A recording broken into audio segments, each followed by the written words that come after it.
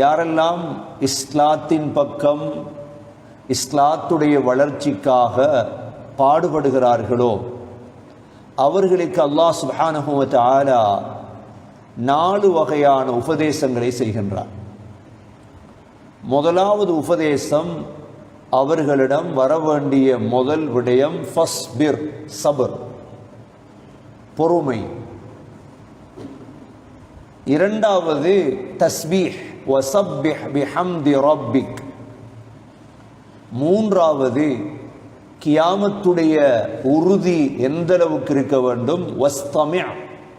அல்லாஹ் நபியை பார்த்து சொல்கிறான், சூர் ஊதக்கூடிய சத்தத்தை காது தாழ்த்தி கேளுங்கள், அந்த சிந்தனையோடு வாழுங்கள். மூன்றாவது.